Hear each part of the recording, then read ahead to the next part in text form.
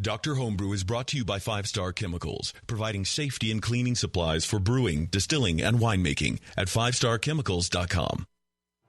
Doctor, look! Stand aside, nurse. I'm Dr. Homebrew. Yeah, clear.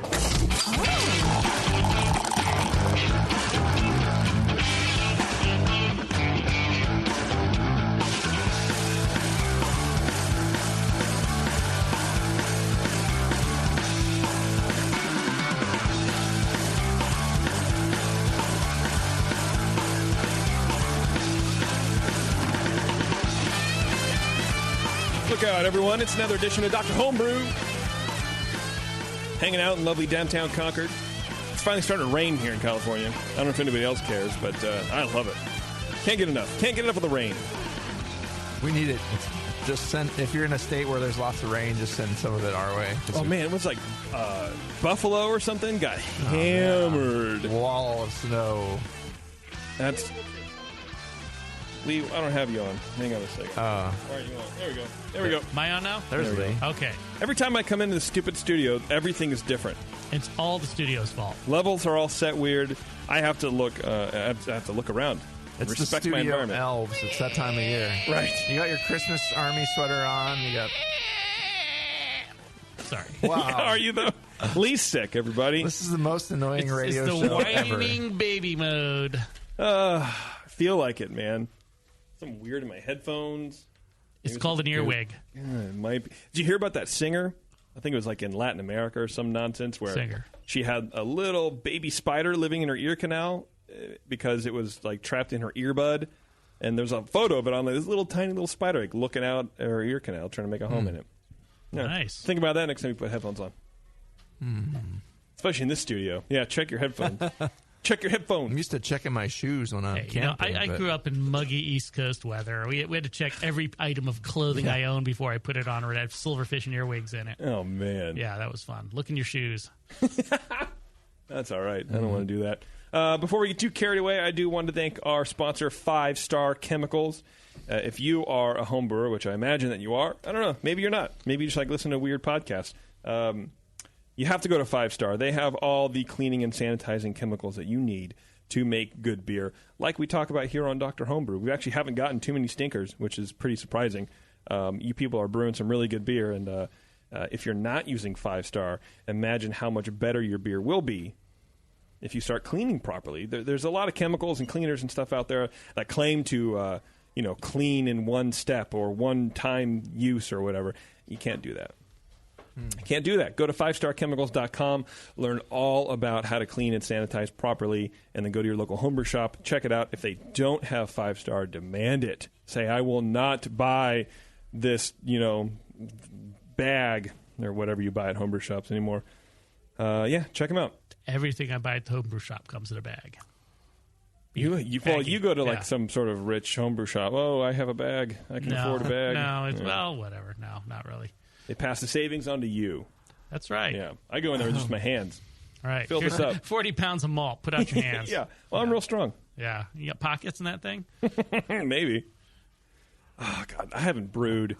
I brewed with Warren a couple of weeks ago. He came over to use my system, and I just sat and played World of Warcraft. Did you guys make your cider? No, we didn't do it because he's like, I don't really drink enough of it. And but he knows everything about cider. I mean, that dude kicked our ass in here the other day, Yeah, he knows a thing or two about a thing or two, that's for sure. But I was disappointed. I was like, why aren't we doing this? He goes, well, we'd have to do it right now. I'm like, well, let's go. Well, I just don't really want to because it'll take up room. Whatever. Fine. So he used me for my system, right? You could have just kicked him to the curb and said, I'm making a cider. And so where's the beer? I thought about it. It's a Helles, so it's still, in its infancy at his house. You mean you let him use your system and then take all the beer with him? Yeah. Yeah, it's fine. I'm sure I'll get a keg of it because he doesn't have any friends, and then he'll bring a keg over. The problem is when you better hope he doesn't hear this before he brings the beer over. I'll call him and tell him right now. Okay. I'll let him know next time I see him. I saw him last weekend. I looked at the phone system like, I should call him. I saw you both last weekend. Yeah, we were hanging out. We were still talking. Yeah, well, it was 2 for 1 at the strip club. So, the Sour Strip Club. The Sour Strip Club. Yeah, I don't know, man. I just haven't been brewing, so I feel weird about doing the show and not brewing for a while. The But brew. I'm gonna buy. Make some beer. I'll just buy a Pico brew, man. I don't care. Whatever. Make some beer. I know I have to. I really do. So he'll just bring a keg to my house, which is part of the problem about the cider. He complained that I drank it too fast, but he brought it over to my house where we play Dungeons and Dragons, and we have a lot of people over. So it's not my fault. Oh, you do that? Yeah. Oh, okay. Don't I look like a person who would do that? I wasn't going to say anything. Why not? Everybody else does. You do look a little bit like a dwarf. I'm a Warforged guardian or something. I don't know, man. I play Candy Crush between turns. A very tall Greek dwarf. Yeah. Yeah. Dwarfism, whatever. I don't know. We have a couple good beers up today. We have Jared, and he brewed a smoked. Let me try to get this straight. A cherrywood smoked robust porter with jalapenos and habaneros. Yes. Right? Well, that's what he told us. That's what he told us. It comes across like it. That's how you judged it. Yeah. See, that's the thing is when you enter We've beers, judged it. When you enter beers, we'll judge it by we. I mean the people who are qualified in the room. We'll judge it based on what you say. So if you say it's a pale ale and you accidentally send the stout, it's going to get judged a pale ale. That's what they do in competitions. So Oops. Yeah. Sorry, guys. And then we have... Yeah, we almost judged this thing as a lambic. Yeah. And then the next one that we almost judged in lambic was our friend Kirk from last month, I think, or the month before. Oh, that's right. Yeah. We have a Bourbon Barrel-aged Imperial Stout, I think is what it was? Yes. Okay. Not a lambic. Not a lambic at all. And he sent me the reminder, because this whole time I've been calling it a friggin' lambic. Kirk, like, send us your lambic, dude. Remember, it's not a lambic like I told you it was. Okay, well, I'm glad you said that. We might have figured it out. Well, I don't know. I mean, I may have figured it out. He would. I mean, we get him on the phone, and he'd be like, "Dude, what are you guys doing? This is not. It's not very tart for a lambic." I'll be pissed if he tells me that it was a lambic. It just happens to taste like a barrel-aged stout. Pretty sure the barrel-aged stout description was right, but there's always that 1% chance that he really thought it was a lambic. He really pulled one over on us. Oh, it's not roasty at all. Before we get started, I do want to tell you about a new book from our pals at the Brewers Association. It is called The Brewers Association's Guide to Starting Your Own Brewery, which will help you plan and open a thriving, quality-oriented brewery, which is something I think the world needs more of. Not just breweries, but quality-oriented. Yes, and everyone listening to this show is going to open one of those someday. Most of them, I guarantee it, within the next 20 years, at least 10%. Some of them already have. Yeah, that's true. Industry veteran Dick Cantwell of Elysian Brewing adeptly covers ingredients, financing, business plans, quality assurance, distribution, wastewater, sustainability practices, and more for prospective brewpub and packaging brewery owners alike. Dick Cantwell walks the reader through the planning and execution required to turn the craft brew dreams into reality. It's a comprehensive guide. It gives basically A to Z, everybody. So check it out if you're into opening your own brewery. Just like you can't make good beer without 5-Star, you probably can't open as good of a brewery without reading Start Your Own Brewery. So check that out from the Brewers Association. When's that coming out? I think it's out right now. It's out now. Yeah. Okay. That sounds cool. I think we're ready to talk. Well, we should take a break first, and then we can... Because we're already tired. Yeah, because we're already exhausted. I'm sweating myself.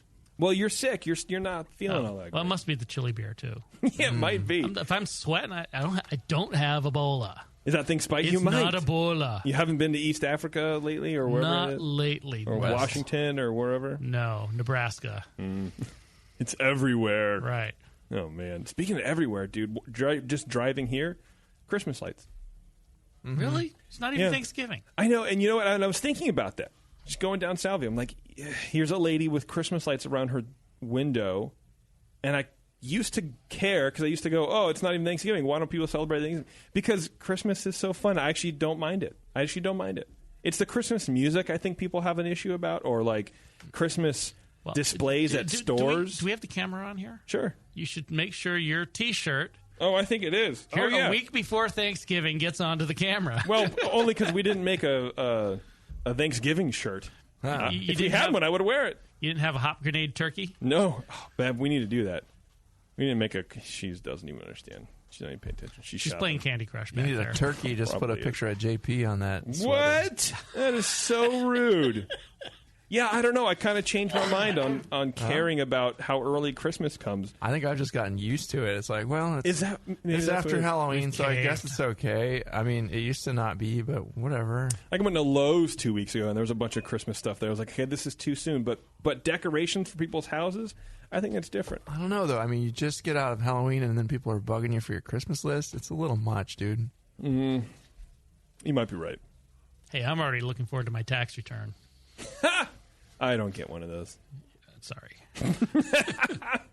I'm just hoping it doesn't have a big fat negative in front of a big number. Oh, yeah. Well, no, that's as long as you really had that fence paid for. So JP lives off the grid in a solar-powered shack out in the woods. Is that? That'd be great. You're just totally off the grid. No, I money. Technically work for myself, so You get your food out in the woods. I have to pay a small business tax. He lives in a culvert under the main Dragon Martinez. I live in an old shoebox. Rodents. And the creek monkeys out there. Right. Yeah. I live in a wet paper bag. Okay. All right, we're gonna take a break. It's about time. It is about time, Yeah, and then we're gonna get time. Jared on the phone with his cherrywood smoked robust porter with chilies and stuff like that. With jalapenos and habaneros. Stay tuned, everyone. It's Dr. Homebrew. Back after this. Since the first time the Brewing Network microphones turned on, More Beer was behind it. More Beer sponsors the programming on the BN because, like you, they love brewing. And like the Brewing Network, they love sharing their knowledge. Morebeer.com isn't just a website to place your next equipment or ingredient order. Morebeer.com also gives you access to free beer information that will make you a better brewer. Go to morebeer.com and click into the Learning Center. You'll find podcasts, technical facts, video tutorials, and more, including access to The Buzz, More Beer's social network of more than 5,000 members. And some of them might even be crazier about beer than you are. Get over to morebeer.com today and take advantage of The Buzz, the forum, the Learning Center, and make sure you're signed up to receive the newest More Beer catalog. More Beer, bringing you absolutely everything for beer making. That's it. I've had it. I am never putting hops in my beer again. What? Why? It's just too ridiculous. Insane prices, stupid contracts, high shipping costs, crappy selection. Dude, you need Nico Brew. Nico Brew will rock your f***ing face right the f*** off your f***ing skull. $5 shipping to all 50 states, plus fantastic international rates get you low prices on Nico Brew's great selection of hops and more. Whether you're a home brewer, a pro brewer, or a homebrew shop owner, Nico Brew can get you the hops you need in increments big and small, single orders, spot buys, or full contracts. And there's only one place to join the uber special secret elite bare bones club where you'll get the best deals anywhere. Holy f***ing shit. NicoBrew.com. NIKOBREW. Nico Brew, your bare bones buddy in the brewing business. Hey, dude, you know what beer this is? Oh, no, all the labels are falling off. Yeah, or the ink is run. Well, if it's the pale ale, you're good, but stay away from the quote-unquote Belgian. Oh, man, this guy needs to get some grog tags. Grog tags are reusable, write-on, wipe-off, commercial-grade bottle labels for your brew. The guys at Grog Tag are homebrewers. They wanted great-looking, sturdy labels for your bottles, buckets, carboys, kegs, and growlers. They also wanted a label that not only looks good, but can be easily removed and reapplied during bottling without that nasty glue residue being left behind. No residue, water-resistant, and ice chest approved. Grog tags stay on in water or an ice chest, and they stay legible. Visit grogtag.com to customize your label or coaster from dozens of different templates for free and see how awesome your bottles can look. It's that pseudo-Belgian. Yeah, we're getting him some grog tags, dude. Grog Tag. At least your beer will look good. grogtag.com. Hello, fellow BNers. This is Sully from the 21st Amendment Brewery located in San Francisco, just 2 blocks from Giants Park.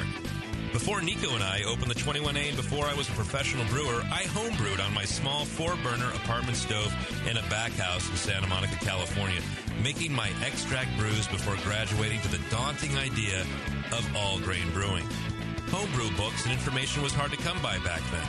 The internet hadn't been invented yet, along with other things we take for granted today, like electricity and potable water. One thing I wish I had back then when I was learning was a radio show that could teach me the ins and outs of brewing and answer questions that I had about homebrewing, a resource for making great craft beer. The 21st Amendment Brewery is excited to be a proud sponsor of Dr. Homebrew, a great show that teaches you what you need to know about making incredible beer. Good stuff. Listen up, you might learn something. I certainly did. And thanks for your support. Tasty Crack Kings. Now serving patient number 189. Number 189 at the counter, please. Now back to Dr. Homebrew.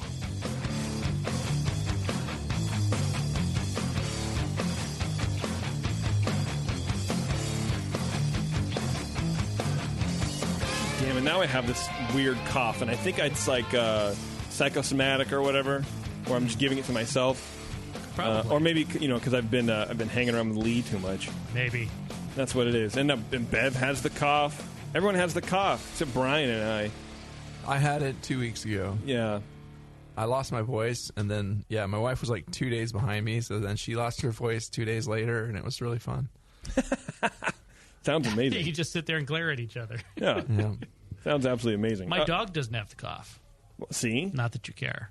I don't care. Your dog should have the cough. He doesn't. No, he shouldn't have a cough. He's a good boy. He's a good boy. He's a good boy. He's a good boy. Who's a good boy? That's my buddy. I tell my cats, you're my buddy, Wesley. And he goes, meh. And he looks at you and says, don't talk to me like I'm a fucking dog. Basically, yeah. Cats don't care. No, cats don't give a shit. Cats Give me totally food. Care. Get out of my way. Oh, my God. Jared, you on the line, buddy? Yeah, I'm right here. All right, cool. How you doing, man? Good, how are you? Perfect. Waiting for Lee to die over here. We're at the TB ward of Dr. Homebrew Without Borders. Right. Just hit the floor. Right. All right, Jared. So we have your beer in our glass. But first, how long have you been a home brewer? I've been brewing for probably 2 years, I think. I did a couple batches here and there before that, but... Okay. And I see. Wow. How long before that? Because I think a cherry wood smoked robust porter with chilies is kind of a large undertaking for a 2-year-old homebrewer to make. Right? It was, I think, 2 years, maybe 3, but not too much before then. Okay. Have you ever attempted something like this before? This was I believe, second time I made it. Was there a third as well? No, I think. This might have been the third. I can't remember now. I did one extract, and it came out okay. And actually, no, this was my third. This is my the second all grain version of it. You've done 3 of these. Is this beer the reason you got into homebrewing?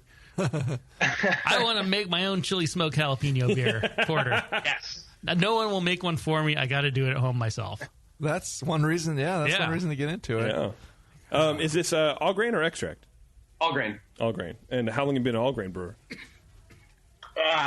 2 years or so. 2 years. All right. See, I think Jared's bad at math already, so I don't trust anything he says. Either that or he's a little ahead of us. Yeah, he might be. Are you drinking this right now, Jared? I am. Yes. All right. Good. Good man. All right. Well, let's jump into it. I'll give you Brian first because Lee, I think, is struggling to breathe. He's turning blue on the floor right now. Well, we're inserting Lee's oxygen tube. I'll talk about your beer. Other orifice. In the aroma, I got an interesting kind of buttery impression up front on it. It has like this butterscotch kind of smell to it, and but yeah, a little diacetyl in there. Not heavy, kind of low, medium low, but it's in there with everything else that's going on too. Then the malt wise has a nice light roast and kind of cold coffee impression there underneath that. No real hops discernible. Everything else that's going on. There's a pretty rich chili pepper aroma, and it's right up there with everything else in there. Peppery, pretty sharp. Definitely a chili pepper beer. Didn't get any DMS or acetaldehyde. The smoke that's in there is pretty mellow. It kind of just blends with the roast a little bit and gives the impression of a little more ashiness in there, but pleasant, but pretty subdued.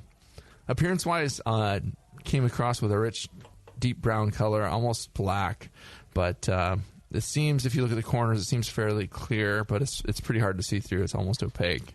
Had a low light tan head that faded pretty quickly. You can rouse it a little bit if you swirl the glass, but it does kind of go away after a little bit of time. Flavor-wise, kind of comes in with this medium light roastiness and the coffee-like again. It's with everything else that's going on there, it's not too heavy on the roast, but it's enough that you would say, yeah, this is a porter. Is it robust? Is it rich enough? It's hard to tell underneath the chilies because they do have a pretty spicy attack, but it's not too painful. Sometimes you get a chili beer and it's just way over the top. You can't drink it. This one, they're definitely up there, and I understand you have some habanero in there, so it's there's some Scoville units in there, but it's coming through nicely. But yeah, it's not insane, tingling my tongue a little bit. It's there. You can definitely taste the flavor more than the heat. Yeah, and again, a little bit of the buttery, but the hop flavor has a low kind of earthy floral hop in there in the background. The balance is definitely the spicy chilies and the malt behind that. And it finishes kind of medium, not dry or really sweet or anything like that, but has a little bit of a there's in a section on the score sheet to comment about your burps, but it has like kind of a spicy chili and light smoke burp aftertaste to it. So, which is to be expected, I feel. Yeah, it reburns. It's the beer that keeps on giving. It reburns. Medium bodied in the mouthfeel, not real creamy, no obvious alcohol, and it's pretty smooth. It's not astringent or biting or harsh, other than you get a little spritzy bite, a little bit of not pain, but you feel the spice in there, and I do get a little bit of slickness in the mouthfeel from the diacetyl. The peppers, overall, just the peppers kind of take it over, and more so in the aroma than the flavor, I would say. I think Lee agreed with me on that. The peppers kind of prevent the robustness of the robust porter from coming through to me. Like style-wise, when I taste a beer that says, I'm a robust porter, I want to taste the robust porter in there, even though it has cherrywood smoke, it has all different kinds of peppers and this and that going on. It's like the pepper cuts the body? Yeah, is that what makes a robust porter robust?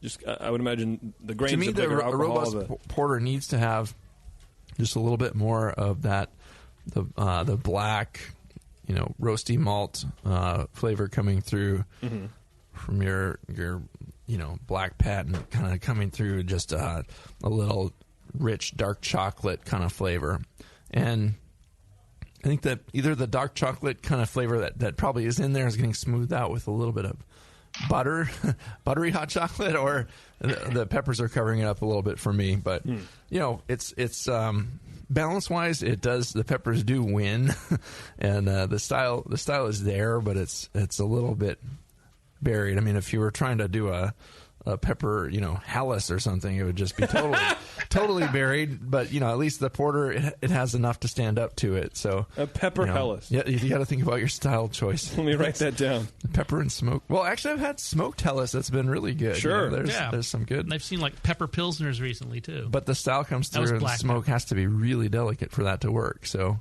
you just have to work on balancing. So I would suggest maybe backing off the peppers a little bit. Be sure you do a proper diacetyl rest. Backing off the peppers. Okay. I would have, yeah, but then is he going to get it, because it's kind of low pepper anyway, right? Is he going to get? He's going to get less pepper, and then it's kind of hard okay. to pick What out, I would really suggest is, and I had a really good chili beer from a home brewer one time, and only one. It was just. Well, it was a very memorable beer. Yeah. It was early on in our homebrew club's existence, the Mad Zymergists, and this guy brought in a chili beer it had blanched chilies in it, and it really mellowed out the chili component. So it was really smooth and clean, and just enough spice there, but it was a mellowed out kind of spice, and it was really nice. But I mean, that'd be something to play with if you want to experiment a little more with it. And it sounds like you repeat the batch, so why not? You could stand to bring up the smoke if you want the smoke to be a big element of this. I don't know if the smoke is adding a whole lot, I I don't know. It does kind of meld with that, with the roast in there. But yeah, I gave the beer a 30. It's a pretty good beer, but it seems like working out the balance between all the elements that are going on is the biggest challenge with a beer like this. So I don't know. Yeah. Okay. Try a few different things. Maybe bring up the smoke one time or omit it the next time and see what it's like with just the peppers and the porter. But yeah, interesting beer. Lee, what do you think? Brian full of shit? No, Brian's not full of shit. No. I mean, I might disagree with him. That doesn't mean he's full of shit. And I don't really disagree with him that much. For me, I thought this beer, when I first smelled it, that it was going to be something that was going to destroy my palate for the next week. Yes. The chilies in the nose were very strong. They really dominated. There's a little bit of smoke in there behind them and even a little bit less cocoa kind of brown, robust porter kind of character. But in the flavor, the chilies were not nearly as strong as that. For me, I thought it was actually a reasonable balance. They were definitely up front. They were the dominant sort of flavor in there with the chilies. And the smoke was just sort of a nice little blend in there with that and the porter flavor and the finish. I would agree that as an attempt to balance a specialty ingredient versus a base beer, I think the chilies are a bit strong. That said, I think it's actually a pretty pleasant drink in my book. I don't mind it that much. The butterscotchy thing that Brian's talking about, to me, I don't really pick much of that up. I do get a chili-related kind of flavor that I get in a lot of chili beers. It kind of tastes like that maybe, but I've had it in almost every chili beer I've had, which means unless chilies have some diacetyl that I don't know about, I think that's part of the pepper flavor. But I'm not really clear on what that flavor is, but it is a little bit buttery-like. But something to me, weird and vegetal that's only specific to chilies, maybe. Well, I don't know. I've never tried a broccoli beer to see if it has it, but I have one actually. Beers. We'll bring it right down. Okay, I'll be right. Okay, So I mean, for me, I think you could probably try and throttle the chilies back a bit. The smoke is a nice kind of secondary subtlety in there, and if you're happy with that being that, then leave it where it is. And if you want to be a little more upfront, you could raise it. I wouldn't raise it much. So it doesn't take much of that stuff to take over. But I kind of like that as a nice little secondary thing, especially because of sort of a smoky finish after the chilies. It was kind of nice. I thought it was a pretty nicely balanced beer, a little heavy in the chilies in the nose, though. And honestly, I couldn't tell you how to throttle back the chili aroma without throttling back the chili flavor. I don't know what the difference is. It might have to do the I think you basically dry chilied with a habanero. You put it in the fermenter. And maybe that contributes more to the aroma, but that's honestly a random guess based on the behavior of hops, which necessarily would not necessarily correspond to what you get from a chili pepper. I thought it was good. You could throttle back the chili in the nose a bit. The head retention wasn't that great. It might be the oils from the chilies. I mean, chili's got a lot of oil, and that would definitely destroy your head retention if you're not careful. There was a little bit of acidity in the finish. I mean, sometimes it almost tasted like a pickled jalapeno, but not too much. It was probably okay, but maybe try and raise the pH up a bit. A touch of carbonate or something might help with that. Other than that, I thought it was a pretty decent beer. I gave it a 34. I'd be happy to drink this beer. Yeah, it's very interesting. I'm actually going to weigh in because I don't know why. JP, please do. You're going to weigh it? I'm going to weigh it. You're going to weigh in. I'm going to weigh in. 249. In this corner. No. I agree with the guys about the chili. There is a balance that it's kind of there, but nothing really sticks out. I think that the chilies mixed with the roast malt give kind of like a green pepper thing that Warren has talked about before, where some higher kiln malts can have that for him, and I think for certain other people they kind of get this green pepper, like bell pepper. Yeah. So I get that, and that kind of detracts away from what's happening. I would say either go like chilies with porter or smoked robust porter. I think it might be too much of a confluence of flavors to have one. I don't know. What do you think? I mean, is it too much? Is he trying to brew too good of a beer? This is pretty advanced stuff. There's a lot going on here. Right, it's tough. I would argue that it is too much myself, but I don't drink a lot of chili beers, but I find this one to be very drinkable for a chili beer. It's not so over the top that you can't deal with it. I think a good enough job has been done on this to make it a pretty nice beer. Yeah, absolutely. And if you want to work on making it better, more power to you. I think this is a very good start. It's not perfected. How would it work with maybe taking the seeds and maybe soaking those, and so you don't get as much of that pepper, the vegetal chili flavor? You get some of that prickling across the tongue. There's a joint in Fullerton, I think, in L.A., near L.A., called Bootleggers, I think, and they have like a chili porter or something like that that's really good. It just has enough prickliness, but I don't think it's a robust, and I think that it's a little bit drier, and so maybe a drier beer would lend better to kind of having a heat, so you actually feel it instead of tasting the so I can much see of what the you're chili saying about with all that roast. The dryness, maybe accenting the chilies a little better. I can also say maybe you can think about the chilies as like you would with hops with an Imperial IPA or something. You don't want to, you want a fairly spicy beer. You don't want to use all the lowest spicy hot chilies that you can find. Maybe if you made the same thing with all ghost peppers or something, just to get it to the same spice level where you got the spice you want. And I guess the flavor is part of it too. But I think we are getting a bit much of that kind of green bell pepper thing that I definitely get that same thing that JP mentioned, and maybe using. Like you get with an Imperial IPA that has a lot of lower alpha hops in it, you get a lot of plant matter in there, and you can get like vegetal and grassy and too much plant matter, kind of chlorophyll taste in your beer from that. Whereas if you use a clean high alpha hop to bitter with, then you get less of that, and we've talked about that on the show. But yeah, Jared, tell me about this Cherrywood smoke malt. Did you smoke it yourself, or did you buy that? No, I bought it from my local homebrew shop. Okay. I believe it was Greece. Okay. I wonder if that could have something to do with it, too. Maybe go to like a Rauch malt. Because doesn't Cherrywood have kind of like a sweeter character to it, Jared? Do you know? From just like tasting the malt itself, I think it might come across as sweeter than Rauch malt. Mm-hmm. Mm-hmm. Have you used the Cherrywood before, or was this kind of a whim? Only in this one recipe. Okay. The first time I did it, I didn't have any smoke malt in it. And you're like, dude, this needs smoke malt. I thought it might go good with it. Yeah, I think it does. It does. No, I think it's a good mix. Yeah. I think the Rauch malt might be a very interesting mix too. I mean, there's the one thing is that between the cherry and the sort of the darker roast character of this beer, I think it gets a bit acrid in reducing either the smoke or maybe I don't know what you put in for dark malts, but if there's a little black patent or something throttling back on that, one or the other to reduce that acrid note might help. There's a lot of phenolic flavors in it. Spice and smoke and like pepper.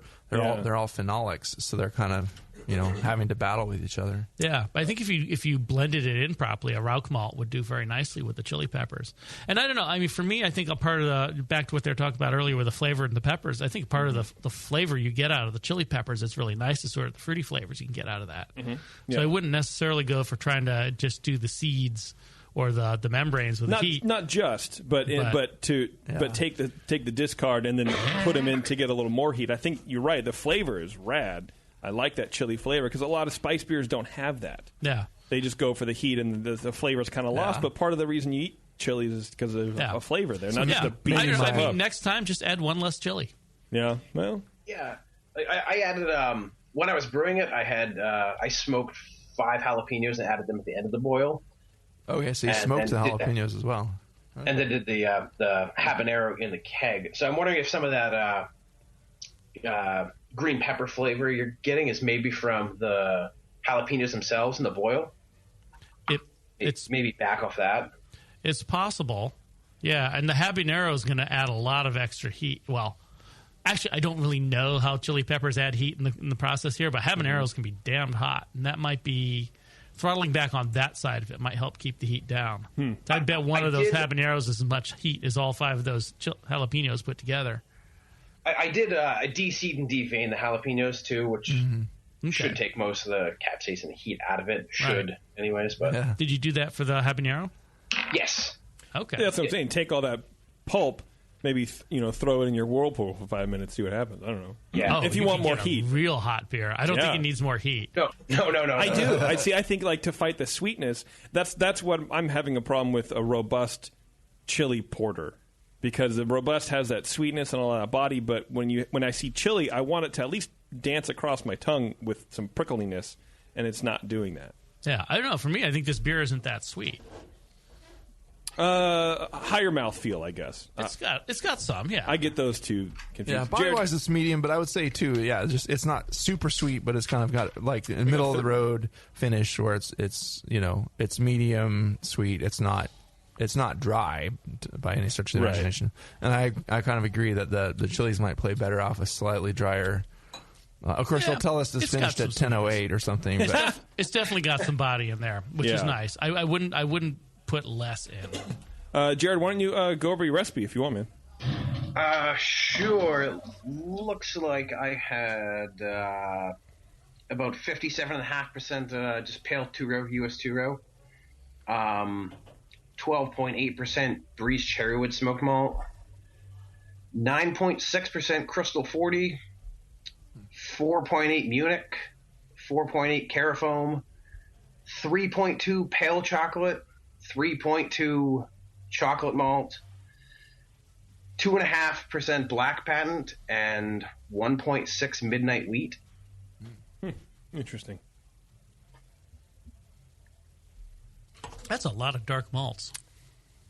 Yeah, would you ditch the patent? I can't say. No, it was a 2.5% black patent. Yeah, if I was going to leave something out to get rid of the acrid, the black patent's the one I'd think about reducing. Okay. You may have picked up some acridity from smoking the chili peppers too. It's always possible, but that's just kind of a guess. It depends how you got your grill or smoker or whatever set up. It is a good beer, though. How did you smoke those? Just on my grill, just a charcoal wood smoker. Okay. What kind of smoke did you use? I believe I used apple wood because I couldn't find cherry wood, I guess. Who can? I mean, really. Okay. Do you have any questions for the guys? I think you guys pretty much covered it. Actually, how is the carbonation level? The carbonation level is fine. It brings up the head when you swirl it. But the head fell pretty quickly. But again, that's probably just because of the oils. I think I had some issues using a beer gun, blicking a beer gun with some of my beers the first couple times I'd done it. So I just wasn't quite sure about that. I feel some fair amount of CO2 in the body of this beer. Yeah, I think carbonation is probably okay. Yeah, I can see we were talking about head retention. It dies fairly quick. Just like my hopes and dreams. Well, stop eating so many chilies. I can't. You're oiling down your hopes and dreams. They're just so good. Well, if that's it, Jared, if you have all your questions covered and the guys don't have any questions for you, I think we'll let you go. Yeah, I think that's about it. So maybe just like back off on the black patent a little bit, and try that. Yeah, maybe one less chili pepper, but you got to drink most of this beer, so it's up to you how much heat you want in there. So that's true. Yeah, and try different ways of treating them. Like the blanching thing might be fun, but the roasting thing sounds fun too. So I wonder if you could. I mean, you could experiment with a bunch of different little carboys, or even like 1 gallon glass growlers, and maybe dry chili.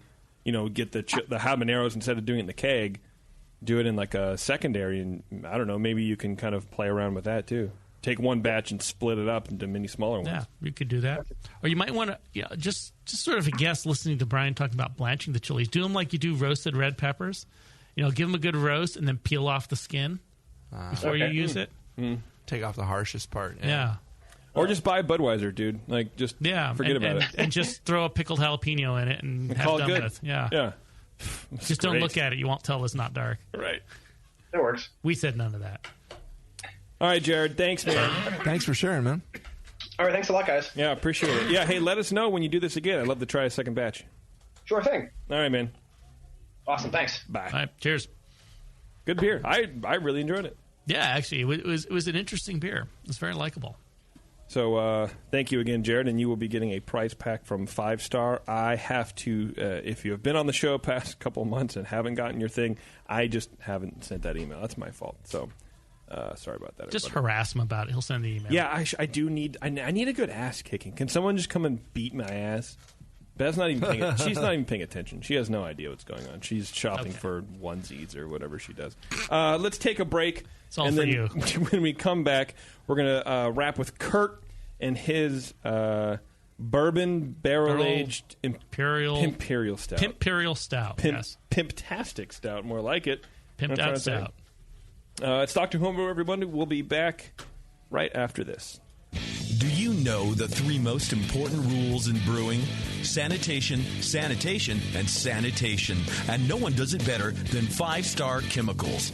5-Star knows sanitation. You can only sanitize clean equipment. And 5-Star knows how to clean, too. For craft brewers and home brewers, 5-Star has what you need to keep your fermenters, serving tanks, kegs, and draft lines sparkling and free of any beer-spoiling bacteria. PBW, caustic, acid cleaners, Star San, SaniClean, lubricants and defoamers, pH stabilizers, and more. 5-Star Chemicals has cleaning supplies, safety supplies, heat exchangers, pumps, hoses, and valves. And 5-Star is proud to offer eco-friendly products that exceed customer expectations. If you have a cleaning problem, you need the 5-Star solution. Visit 5starchemicals.com or call 800-782-7019. 800-782-7019 and get the 5-Star treatment today. As a brewer, you already don't settle for second best. You want great tasting beer and you want great equipment to make it with. So don't settle for the second best grain mill. You want a Monster Mill from Monster Brewing Hardware.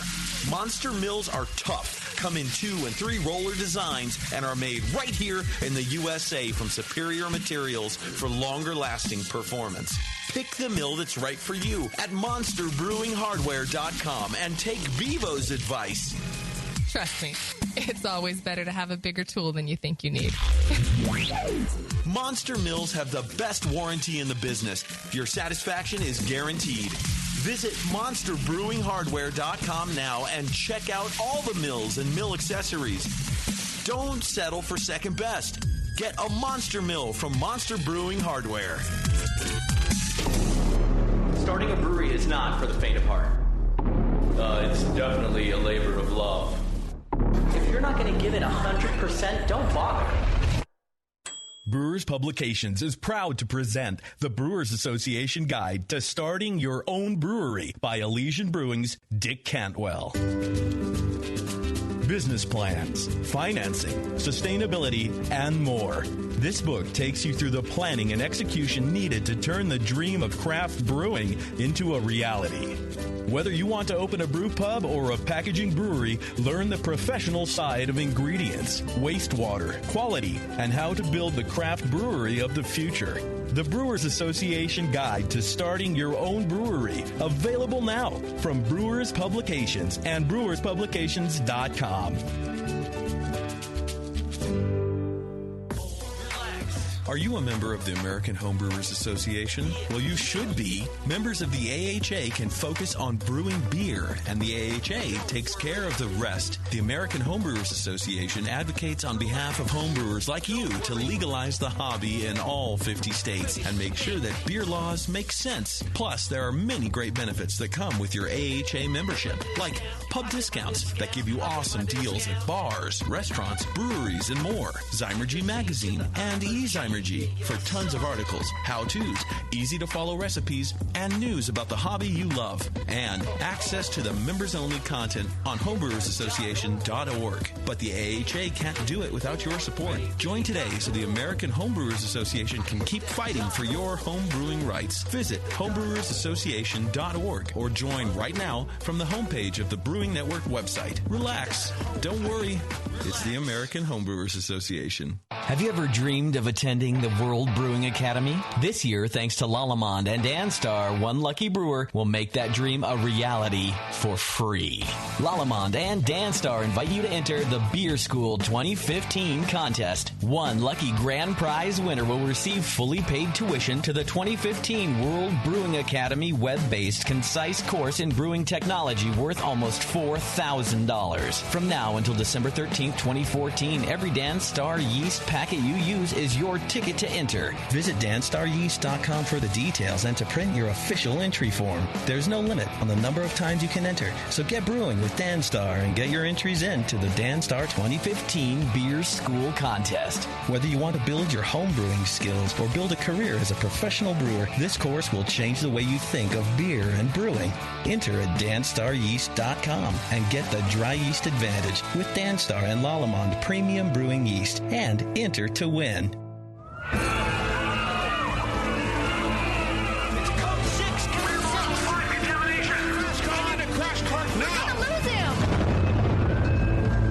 And now to the finale of Dr. Homebrew.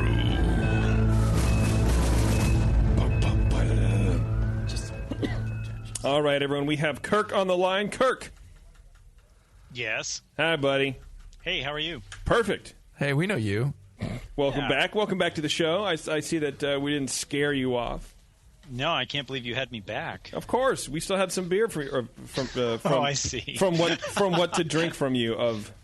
That's what I'm trying to say. In a bottle. Yeah, man. Yeah. Can't let that go to waste. So I did as you requested. I stored it on the roof in direct sunlight. Oh, good. Yeah. So I feel like it's going to be at its peak. Yeah, you want to keep it warm. That's true. Very, very warm. Otherwise, the flavors will drop out. Right. Oh, actually, I taped it to my engine block, so that might be all right. That's where I store my Pilsners. Is that the Chevy that's up on blocks in your front yard? Yes. So it doesn't go anywhere. But it runs. So I just turn it over and then leave for the day. Oh, and then you opened each bottle and dropped your oxygen stone in there and put it in the oven at 450s. Yeah. See, I knew you were a good brewer. Yeah. Perfect treatment. All right, Kirk, so what do we have from you? So this is, I guess, an Imperial Stout that got dumped into a bourbon barrel for a couple of weeks. Freshly emptied bourbon barrel from Woodinville Whiskey up in Washington. And is that one of those little 10 to 15 gallon barrels you see ads for? They're 8-gallon barrels, actually. Oh, nice. Yeah, they're really small. And, single serving. Yeah, single serve. I drank it in one sitting. Wow. And 5 gallons went into a keg, and I wrecked some people's lives with that keg, and then I bottled the other 3 gallons and sent some to you. Who got a divorce after drinking that keg with you? Nobody, but I did have one friend who kept pouring himself pints off of the keg, and then the next morning complained that he'd been overserved by somebody. So, yeah. By some jerk. Yeah. He said it with a smile, so of course. Okay. Yeah, well, he gets a mirror for Christmas. Yeah, exactly. Well, refresh our memory, Kirk. How long have you been brewing, and have you tried this specific beer before? God, whoever that was, tell him I'm sorry. That's Lee. He's on his deathbed. So sorry, Lee. Send flowers, care of Lee at the Hop Grenade. No flowers, just beer. Okay. So I've been brewing for about 5 years now. I started in 2009, or started again in 2009 after brewing a little bit in college, and I'm actually at batch 100 now. That's a I'm nice trying to figure out milestone. what that's going to be. Oh, you're waiting to brew batch 100 until... Yeah, I haven't actually done it yet. I've been really busy this fall. So do a Budweiser clone. You could do it like the brewery and poll all your friends and have them tell you what their favorite beers is and what they want you to make. That's a really good idea. I was thinking maybe a Labatt's clone. I think that's yeah. Well, Jared has a good spiced robust porter recipe, man. That's a good point. It was pretty tasty, actually. That's a good point. But yeah, it is hockey season. You need something easy drinking to watch the Sharks take the Stanley Cup. So, like a roasted chili pepper, smoked jalapeno, and habanero robust porter. Cider. With cider. Yes. Shandy. Smoked ciders, not to get too far afield, but smoked cider seems like the new thing. Smoked cider. Smoked cider. Actually, a couple actually. The Bevmo up here has a bunch of cider. It has like 2 shelves of cider, and half of it's smoked cider from various people. It's very weird. That is interesting. I haven't tried any of that. Anyway, you can't smoke anymore, so you got to get it. I'm against it too. I think I might be against it, but I don't know. How about jalapeno cider? That I love. That it's a. I had a jalapeno cream ale that I judged in a competition this summer. It was actually really good. Yeah. Actually, I think it won the category it was in. So trying Jared's beer, I thought what you were saying, Lee, Helles. It would taste pretty good. Jalapeno Helles. Because you get those fruity kind of nonsense this is. So, all right, I'm not Kirk. usually a beer like that kind of guy, but this is good. Yeah. We're going to jump into Kirk's beer right now. Okay. Lee. The diving board. All right. Get here on we there, go. buddy. Whoosh, splash. Michael Phelps this thing. Michael Phelps. He just not swims. quite. He doesn't dive, right? You're asking me? I don't know. You're older than I am. You're the guy wearing the nautical cap. You tell me. If you get to that level of swimming, you probably know how to dive. Yeah. But we're talking about beer. Right. Cocoa nose. Cocoa ashy roast. Bourbon notes. All kind of in the medium range. No hop aroma. A kind of medium-high vodka-like alcohol aroma. Esters of dates and raisins. And something else I can't read. Low vanilla note. Clean. Good balance of barrel versus the beer for this Imperial Stout in the nose. The appearance was black and clear, although it was hard to tell it was clear unless you went kind of to the edge. If you try and look right through the middle of this glass, it might as well be a barrel of oil. Very dark brown head of foam. But it fades very quickly and it won't really come back up. You can swirl it, you'll get a few bubbles, but it just collapses right away. Probably not surprising given the potential alcohol content of this beer, but a better head would be better on this beer. The flavor, deeply roasty, ashy, chocolate hints, no hop flavor, low balancing bittering hops, which is good for the style. A medium-high alcohol character, clean, with kind of a bourbony note to it. Maybe a touch of heat. Not 100% clean, but it wasn't bad. Date and raisin esters again. The balance is definitely to the malt side of the equation. It finishes slightly sweet with lingering ashy roast, cocoa, esters, and a drying alcohol character with some wood notes there, some vanilla and some kind of toasty wood flavors. The mouthfeel was a medium body, almost to the light end of the style, although I'm guessing that's probably because of the extra alcohol in here. It seems to be lightening it up. Carbonation was mediums, probably okay. The warming alcohol was present. Maybe it was a little hot, but not much. Slight creaminess to this, not astringent, but definitely fairly drying from the alcohol and the wood and the dark roast malts. All in all, I thought it was a good barrel-aged Imperial Stout. It had a nice balance of the beer versus the bourbon barrel characters. The roast character in this was very nice in some ways. It was also ashy and very, very dark. I've only had a few stouts that I thought were this sort of in your face with the ashy roast malt character, and it almost takes over too much. For me, and I like a dark ashy roast stout, but I would almost throttle that back a bit and try and emphasize a little more chocolatey character, the balance with this. But it was actually pretty good as it is. Maybe a little more body would also help. Mm-hmm. If you put a beer in a bourbon barrel, the wood character and the bourbon that you get out of it, especially if you're going to have a dark ashy beer like this, can all add sort of a drying character. So you might want to shoot for a higher mash temp and make a body that would be almost too high if it wasn't going to be barrel aged, because it's going to get balanced out a bit by the extra alcohol and the sort of the tannin character from the wood. So I think this beer would benefit from a little bit higher body, although it's not like it's a thin beer at all. Right. But that would help balance that sort of drying character out a little bit. Okay. All in all, I really liked it, though. I gave it a 37. I thought it was a very nice drinking beer. Mm-hmm. It's not a chugger. Well, it is to his friend, apparently. Yeah, well, yeah. His friend is, I'm sure, a very happy man, except for the day after. Right. But it's a nice beer. I really liked it. And the things I'm saying you might do to improve it are kind of now things to tweak it up for the next level, but it's quite good as it is. I'm very happy with it. All right, Brian. You should be too. I am. The subtleties, yes. Yeah, pleasant, rich, dark roast malt. I agree with a lot of what Lee said. You know, it has this kind of bittersweet chocolate thing in the aroma, and has a light and fairly smooth bourbon note under the roast there in the aroma. Some medium cherry esters poking through. No bad, things. DMS, diacetyl, Getting some oaky kind of vanilla notes in the aroma as well. Inky black, nearly opaque. Looks clear at the very corners, but it just has a yeah, it's a very, very dark beer, very, very inky looking. And low light tan head faded to a collar very quickly. Fine bubbles around the glass there. And, yeah, again, just kind of goes away. Flavor-wise, rich roasty malt up front, some cocoa and coffee. The booze I thought was pretty well in check, and I like that. When I'm looking for a boozy beer, I need the booze to not be like, oh, this tastes like whiskey. I don't taste the beer. You got to taste both. Because it's bourbon barrel aged. It still has to be a beer. Yeah, you aged the beer in the bourbon barrel. You didn't bourbon make a bourbon and then put a little beer in it. Yeah. Yeah. Right. It's not a George Thorogood song. No, because this beer is actually good. The alcohol is pretty prominent in the flavor. It comes right through.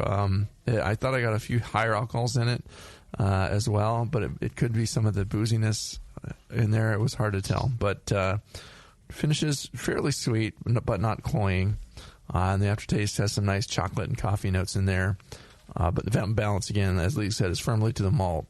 I'm definitely also getting some wood here. It's nice and it's not that kind of show, Brian. I've told you time and time again. But he really likes the beer. Some vanilla. Yeah, go on Brew Strong if you want to talk like that, you potty mouth. The bitterness is kind of medium low and out of the way. I put a little smiley face on my sheet where I said that part, but yeah, just I'm getting this and I'm getting that. When it's wood, you have to be careful how you say it, I guess. Sorry. It's all right. It's all right. I thought it was, you're just a child. It's okay. Body-wise, I thought it was medium full-bodied with pretty strong alcohol warmth that extends all the way into the back of your throat. And it's not too hot, but it does really reach back there. It was somewhat creamy and smooth. It wasn't astringent or anything. It's pretty for this big of a beer. It's pretty pleasant and smooth and not biting and harsh. Carbonation is pretty low and out of the way, but not non-existent. There's enough to give it a little prickle and keep delivering some of those flavors. So, it's a really cool beer. I liked it. It has a nice balance between the booze and the declared style, which is what I look for in a beer like this. It's definitely an Imperial Stout. Definitely bourbon barrel aged. Only a bit of hotness. You can get rid of some of that higher alcohol. It could.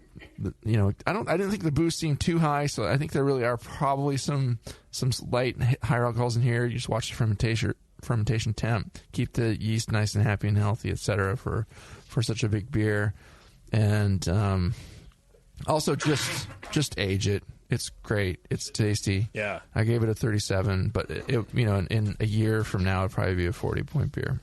Really? Wow. I think. What a difference a year makes. Yeah. Well, how old is it now, Kirk? So now it's let's see, about 9 months old. Yeah. And I have to say, this is the bottle conditioned 3 gallons, and the stuff that was actually on draft was better. Huh. And I don't know. That's obviously a problem with my process, my bottling process. But maybe some of those higher... was smoother. It was easier to deal with. There's not that weird licorice note in the keg stuff. How long was it? Come on, in the barrel? In the barrel? No, how long was it in the keg for before you started serving? Like, what was that aging time? Oh, not long at all. Okay. This is definitely aged longer than the stuff in the keg. So it's going downhill. Immediately afterward, I had some of the beer on tap, and I had some of the beer in bottles that had already carbonated because it's bottle conditioned, the stuff you guys have. If you tasted those two side by side, you could pick them out easily, no problem. And the keg stuff was better. Well, so I think it's a process problem. Yeah, it's gone through another fermentation, and I mean, likewise, if your bottle doesn't have healthy enough yeast with all the alcohol that's already in there to get over that and consume your priming sugars without kicking out some gnarly stuff, you're gonna get some different flavors in there that weren't in the keg version. So. Yeah, I mean, I've had barley wines that took forever to carbonate, and then by the time I drank the last bottle, it was just perfect, and some of that stuff had aged out. It was just like, That's kind of the direction this thing's going. Yeah, so I don't know how much hold on is to left. those. You want to run through the recipe real fast, Kirk? Yeah, sure. So this is an interesting beer, too, because this is the beer that I learned that sometimes my grain mill loosens up and the gap changes. and that ruins my efficiency. So I had about 58% efficiency on this beer. I've brewed this before. It's usually like starting gravity is usually in the 1090, 1095 range, and this one came out around 1074. But yeah, so usually for a 6-gallon batch, 15 pounds of pale malt, 2 pounds of roasted barley, which is a lot. Probably where those ashy notes are coming from, and then 1.25 pounds of chocolate malt, and then 3/4 pound each of Crystal 120, Crystal 80, and Crystal 40, and then 1/2 pound of flaked barley. I like that it's, the recipe is called Mr. Owie Head. Yeah, that's named after my friend. I was going to say. Wondering. Yeah. That was I named almost it obvious. after the fact. So. Yeah. Wasn't just a clever name. Yeah. I think if you reduce that roast barley a bit, you might make the beer a little more approachable. I mean, it's very nice as it is, but Yes. Yep. the ashiness is almost just in your face here. But it's pretty aggressive. And I think I've figured out that I don't really like Crystal 80. Okay. So I think if I kick that back a little bit, I'm going to like the beer. Get rid of it. What don't you like about it? Get rid of it, you say? Get rid of it if you don't like it. But yes, what don't you like about it? There's like a weird licorice flavor that almost tastes like oxidation, and I don't know what it is about Crystal 80, but every beer I've ever had that I've either made or somebody else has made and then admitted that they used Crystal 80 in, there's that flavor that I can't describe it, but I can pick it out. And the higher, do you get that way with like 20 or like 120 rather? Like the higher crystal malts? No, I actually have a barley wine that I do with 120 that I kind of like. And there's just something about 80 that I don't know what the problem is. Skip your 80. You might try a blend. You could do like a lower crystal and then a little bit less of 120 to get those flavors that you like, if that's what you're going for in this. But blending I think I would malts keep the 120 and the 40 at the same level and then drop the 80 down to, instead of 3/4 pound, to a 1/2 pound or something. Or none at all. And just boost up the 40. Yeah, or throw in some 15 or some shit like that. Whatever you want. Or add them together and make some 26 or some 38. There's some 70. What crystal is this? 39.48. Yeah. Put the 120 and the 20 together and take the cube root. Yeah. And I third call derivative. Mr. Rain Man. Right. Yeah. I'm definitely going to get drunk. Right. Yeah. And I think I would agree too. So I've got a system that does 10 or 12 gallon batches. The barrel only holds 8 gallons, so I bottled up whatever didn't fit in the barrel after it was finished with primary fermentation. That's a pretty good beer as well. The recipe in general, I think, is pretty sound. I think, dropping the roasted barley is a good idea. But after it came out of the barrel, I think the mouthfeel was actually a little thinner. And at first, I was afraid it had gotten infected and fermented a little too far. But I think you're right. I think the alcohol that it added out of it. Yeah, the alcohol and some of the wood character, the tannins that come out a bit. Will just kind of, they add a little drying character, and that will just sort of, it's not really, but it won't change the gravity, but the way it tastes, the mouthfeel of it will dry it and make it make it seem a little less sweet. You could try just saving that the excess and blend it. If it gets too boozy or too tanniny from the wood or too much vanilla or whatever, then you can kind of bring it down a bit with that extra stuff. Yep. But it's just great beer, man. Thanks. Do you have any questions for the guys? I think we kind of covered everything, but yeah, I mean, I think we talked about how to improve it. You knock the roasted barley back. This was mashed at 152. Maybe you bump that up a little bit if you're going to put it in a barrel. But you guys didn't notice any weird problems or? There wasn't enough. That's kind of weird. Yeah, sorry. There's still some. I only sent you 6 bottles, so you guys got all 6, right? Oh, shh! Kirk. All right, Kirk, thanks. Mary. Yeah. JP, you're holding out on us here. Holding out, man. That's what I do. Lee picked up that it was lighter, and that was that was good. I mean, it felt pretty full bodied to me, but yeah, it is a little light for Imperial Stout. Mm-hmm. You want to boost that up, but yeah, I definitely did get some kind of higher alcohols. It wasn't solventy or annoying, but yeah, it's probably from that secondary fermentation in the bottle that went on. That's a good point. I was going to blame the barrel. No, the barrel did fine. I think the barrel did okay here. Yeah, there's nothing funky, sour, bad, anything like that about it here. It's just you need to make these a little beefier if you're putting it in there. And actually, for all of our comments about reducing the roast, if you like it this way, don't. If you think it's too much, it's too much, then throttle it back. If it's come across too ashy to you as well. Yeah, but if you like this way, and actually it's not bad at all, just keep it there. All these comments, but it's aggressive. Yeah, all these comments that we make on the show are definitely for style purposes. If you want to win competitions or make it to the specific style, then absolutely follow our lead. And actually, interestingly, I entered the kegged version, which I bottled with a beer gun, into a competition, and it was scoring in the low 40s. So I think you're right. This beer is not as good as the other one, so 37 is probably pretty. Right. Did you enter the barreled one in a comp anywhere? Yeah, the barrel-aged version of this went into the comp, but it was the one out of the keg instead of the bottle condition. Right. Okay. Yeah, interesting how that works. Yeah. All right, Kirk. Cool. Well, if that's it, man, we'll let you split. All right, great.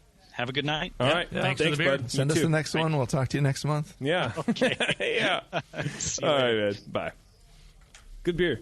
Yeah. 2 good beers, man. I'm stoked. And they're dark beers and IPAs. I mean, double stoked. And they're special beers. So now it's time for the special beers. You can be triple stoked. Oh, man. Should we open our special beer here while we talk about the people who won and all that kind of stuff? Yeah. So somebody sent us a gifty toy. The last of our gifts from UK Phil at Beer Merchants. It is the Imperial Extra Double Stout. Apparently, the brewery couldn't figure out which kind of special word to call it. So Imperial it was good Extra enough Double. to rate them all. It's an Imperial Russian Stout. Albert Lecoq. It's the Lecoq Stout. And apparently, the style Imperial Russian Stout and the name Albert Lecoq are synonymous. If you know. In the early 1800s, the Belgian A. Lee Koch exported Imperial Stout from England to Russia and the Baltic area. I think you need another quarter-second pause after that. Well, because I was trying to figure out why they said his name in full, Albert, in the top sentence, and then the second sentence they abbreviated Albert when just putting an A, when there was plenty of room because they center justified the font or the text. There's plenty of room. Because they figured they would get another 30 seconds of airplay out of it. Yeah. I'm sure in 1912, when they designed this, UK chief medical... Oh, see, this was interesting. This is mainly why I wanted to bring it. Do you want to pour it before finishing reading it? No. Okay. This little bottle... 275 ml. UK chief medical officers recommend adults do not regularly exceed 3 to 4 units of beer daily. This beer is 2.5 UK units. I'd believe that. There you go. I'll let you guys pour that. Yeah, it's the Lecoq Imperial Stout. It was, I think, one of the very first ones. Yeah, if I remember this right. This is a crown seal. It's not a cork seal. I've seen some like that. Do we need glasses? You guys are just staring at the label. We could. Well, we do have to drink it. We do have to drink it. We do have to drink it. Yeah, no offense to Kirk. I'm not going to pour it on top of his homebrew there. We want a clean glass. And then while you guys are doing that, who won the Grog Tag, At Least Your Beer Will Look Good gift certificate? That would be Jared. All right. Who may have had one of the highest winning scores yet. Oh, we should have been keeping track of that. Maybe Beverly will sit down and listen to every show of Dr. No, you're shaking your head no? Your beer, it looks good, and it is good. She might if you pay Double her. bonus. Cheers. Thanks to UK Phil at beermerchants.com or .com.uk or whatever the foreign things are for sending this over. Jared, you win the Grog Tag. At Least Your Beer Will Look Good $40 gift certificate. I will get that in the email to you tomorrow. What is it? Just $40 to use on grogtag.com to get some labels, some coasters, a metal sign, all that kind of stuff. They're just rolling out some wrapping paper of all things. You know, you can get customized beer-themed wrapping paper these days on GrogTag. I think it just got turned on today. They haven't even announced it. It's pretty cool. Anyway, so check that out. Jared, thanks a lot. I really appreciate it. And this beer's pretty good, huh? Yeah, it's interesting. I've had a couple of these that have been, frankly, kind of destroyed.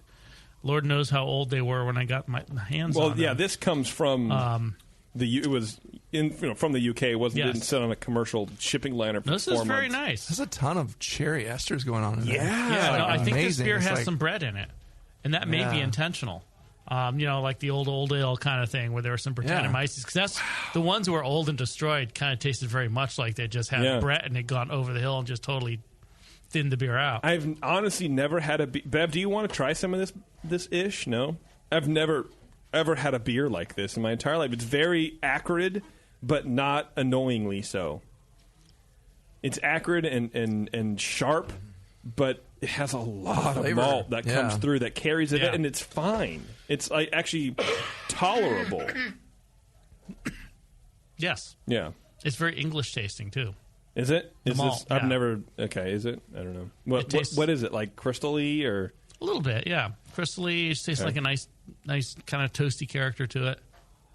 Okay. And you think that there's a lot of caramel in here too. There is, yeah. And so would that carry through that ashy, not ashy, but acrid? It helps carry it. Yeah. It balances it out a bit.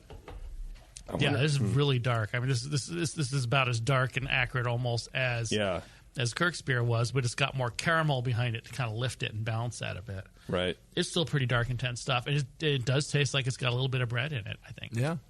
I'm tasting it. Maybe our anyone in the UK listening will lambast us for that if we're wrong, but that's kind of what it comes across like. Probably. Wow. All right, well, we're going to enjoy this off the air so you guys don't have to hear us taste the third beer. Toodaloo. We'll drink this while you go and do something else. Yeah.